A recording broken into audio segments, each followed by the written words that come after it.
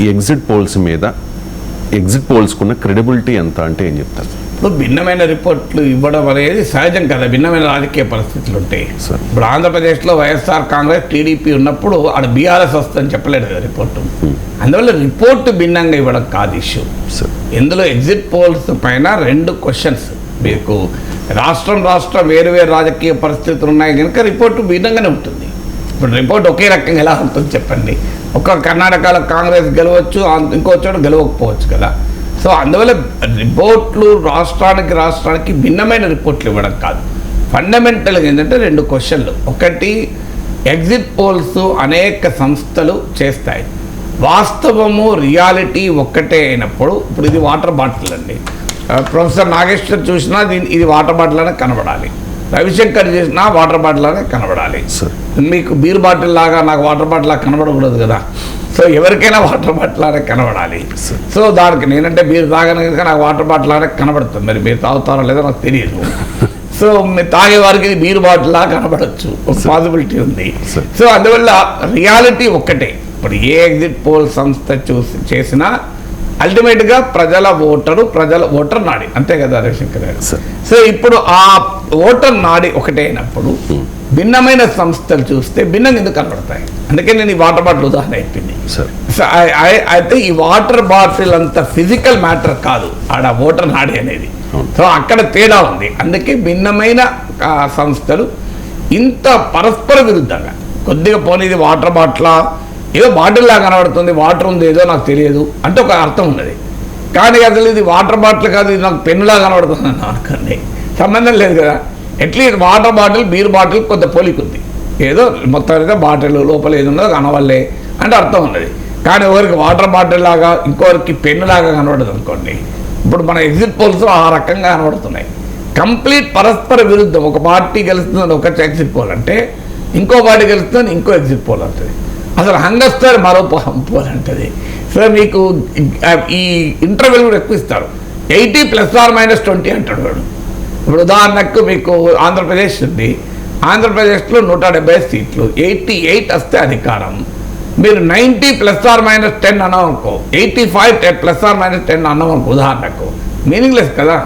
ఎందుకంటే 85 - 10 అయితే 75 అవుతుంది, 85 + 10 అయితే 95 అవుతుంది. సో 8 ± 10లో అధికారం రావడము పోవడం ఉంటుంది. ఇప్పుడు పోనీ 110 ± 10 అన్న అర్థం ఉన్నది. So direction is the same. కానీ వీళ్ళు ఇచ్చే గ్యాప్ ఎంత ఘోరంగా ఉంటుందంటే గ్యాప్ మీరు చూడండి. ఇవాళ కావాలంటే ఎగ్జిట్ పోల్స్ పాతవి కూడా చూడండి, 15 సీట్ల గ్యాప్ ఉంటుంది, ±10 ± 15 లేదా 60 నుంచి 80 మధ్యన అంటాడు. అదేం చెప్పాడండి 60 నుంచి 80 మధ్యన అని. సో ఎందుకు ఇలాంటి ఎగ్జిట్ పోల్స్ కూడా ఉన్నాయి మనకు రావటానికి. సో అందువల్ల ఫస్ట్ క్వశ్చన్ ఏంటంటే, ఒకే వాస్తవాన్ని, ఒకే ఓటర్ నాడిని భిన్నమైన సంస్థలు అంచనా వేసినప్పుడు భిన్న రకాలుగా ఎందుకు అంచనా వేస్తున్నాయి? ఇది మొదటి క్వశ్చన్.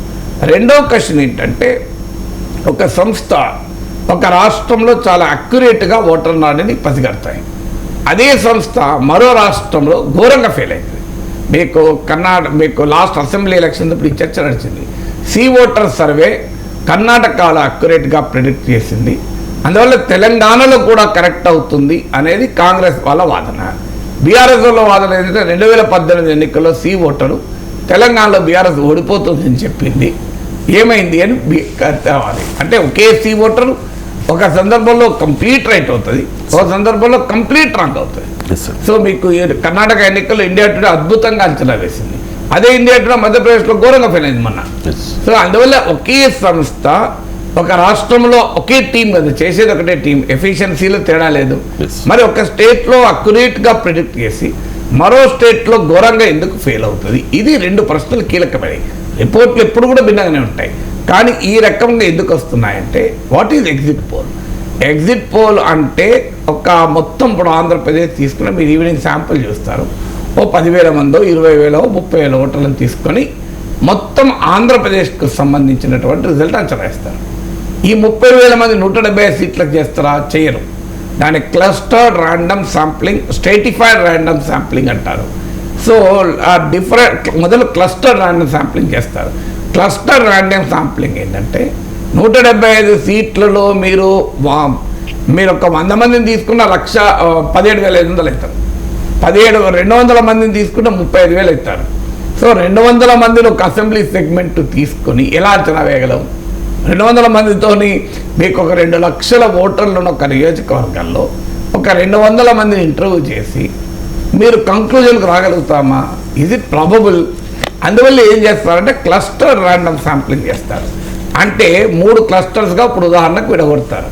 అంటే ఉత్తరాంధ్ర, సౌత్ కోస్టల్ ఆంధ్ర, అలాగే సౌత్ ఆంధ్ర, రాయలసీమ, లేదు ఇంకా కావాలనుకుంటే greater Rayalaseema, north coastal Andhra, south coastal Andhra, ఇలా రాజకీయ భౌగోళిక పరిస్థితుల ఆధారంగా పొలిటికల్ జాగ్రఫీ ఆధారంగా ఒక క్లస్టర్ చేస్తారు.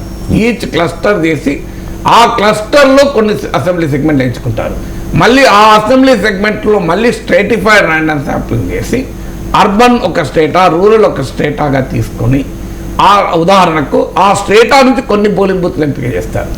ఆ పోలింగ్ బూత్లో కొంతమంది ఎంపిక చేస్తారు. ఇది సైంటిఫిక్గా సర్వే చేసే మెథడ్. ఇక్కడున్న ఛాలెంజ్ ఏంటంటే మన ఓటర్ చాలా డైవర్స్, ఏజ్ రీత్యా డైవర్సిటీ ఉంటుంది, మేల్ ఫీమేల్ రీత్యా డైవర్సిటీ ఉంటుంది, మీకు ఆక్యుపేషన్ రీత్యా ఇప్పుడు ప్రభుత్వ ఉద్యోగి అయితే ఒక రకంగా ఉంటాడు, ప్రైవేట్ ఉద్యోగి అయితే ఒక రకంగా ఉంటాడు, కులం బట్టి మనిషి తన అభిప్రాయం మారుతూ ఉంటుంది, లబ్ధిదారు పథకాల లబ్ధిదారులకు ఆధారపడి ఉంటుంది, గ్రామీణ పట్టణ మధ్య తేడా ఉంటుంది, కులంలో ఉపకులాలను బట్టి కూడా తేడా ఉంటుంది. మీకు ఆంధ్రప్రదేశ్లో మాలలు 80% ఒక పార్టీకి ఉంటే మాదిగలు వచ్చారు 60%, 70%, అంత తేడా ఉంటుంది. సో ఒక్క కులం ఒకవైపు ఉంటే మరో కులం వెంటనే ఇంకోవైపు వెళ్తారు. అంటే నిన్న వరకు ఈ పార్టీకి ఉంటారు, ఆ పలానా కులం వల్ల పార్టీ వైపు మారారనుకోండి, ఇక మిగతా కులాలను ఇటువైపు మారుతాయి. సో ఇంత డైవర్సిటీ, ఇంత కాంప్లెక్సిటీ ఉన్న ఎలక్టోరల్ ప్రాసెస్ను ఎగ్జిట్ పోల్స్ అంచనా వేయడం అనేది మామూలు విషయం కాదు. అయితే అందుకే ఇప్పుడు కొత్తగా ఏం చేస్తున్నారు, చాలామందికి తెలియదు, ఎగ్జిట్ పోల్ రిజల్ట్ అనుకుంటారు, చెప్తారు అలాగా, కానీ వాళ్ళు ఏం చేస్తారంటే ప్రీ పోల్ సర్వే డేటాతో కూడా టాలీ చేసుకుంటారు. ఇప్పుడు చాలా సర్వే సంస్థలు ఒక ఎగ్జిట్ పోల్స్ జరపవు. మీరు ఎనీ సర్వే సంస్థ ఎగ్జిట్ పోల్తో పాటు ప్రీ పోల్స్ కూడా సర్వేలు జరుపుంటాయి అదే సంస్థ.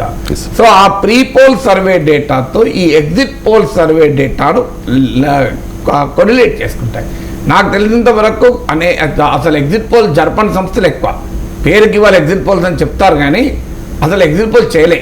ఎందుకంటే ఎగ్జిట్ పోల్లో రిప్రజెంటేటివ్ శాంపుల్ కష్టమవుతుంది. అంటే పోలింగ్ బూత్ నుంచి వస్తున్న వ్యక్తిని నువ్వు అడగాలి.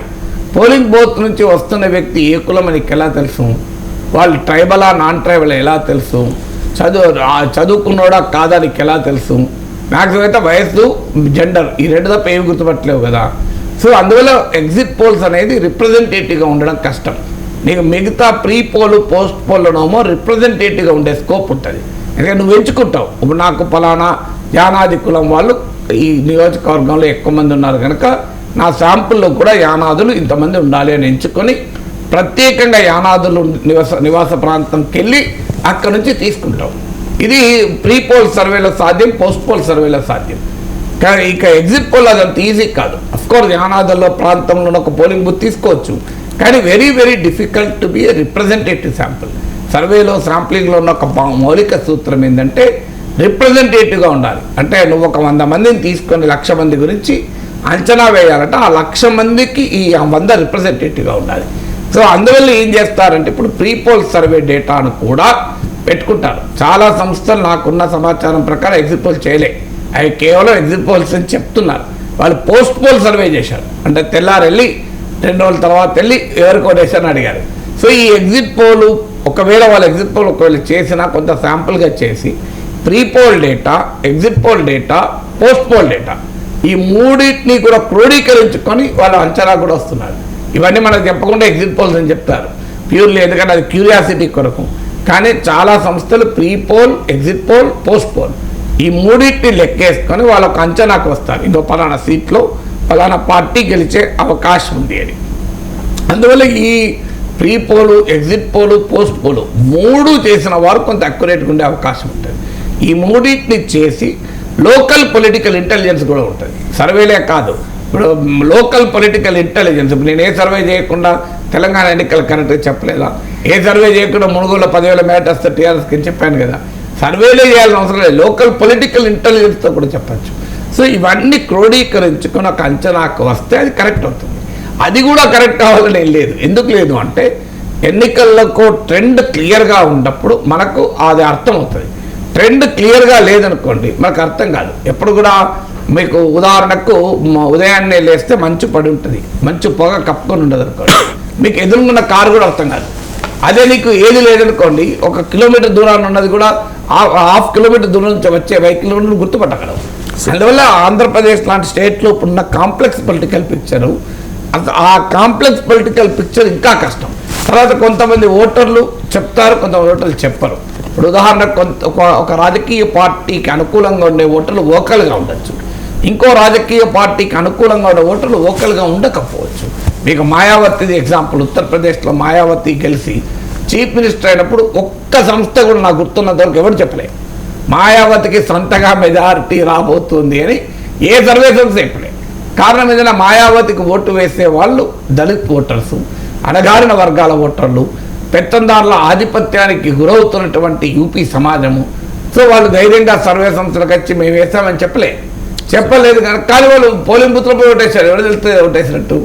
సో దానివల్ల బీఎస్పీ విజయాన్ని ఎవరు ఊహించలేకపోయారు. అందువల్ల మీకు అంటే ఇది ఇంకొక ప్రాబ్లం కూడా ఏముంటుంది అంటే హైప్ క్రియేట్ అవుతుంటుంది. ఈ హైప్ క్రియేట్ కావడం వల్ల కూడా నీకు కరెక్ట్ ఎందుకు మాకెందుకు సర్వేలో మనం ఎన్నడో ఓటేసినా అట్లే చెప్పాలేముంది, ఇలా చెప్తే అయిపోతుంది కదా అనుకునే ప్రమాదం కూడా ఉంటుంది. అందువల్ల exit polls only, they are not exact polls, అది గుర్తుపెట్టుకోవాలి. ఎగ్జిట్ పోల్స్ ఎగ్జాక్ట్ పోల్స్ కావు. అందువల్ల మనం వెయిట్ చేయాల్సిందే రిజల్ట్ వచ్చేంతవరకు.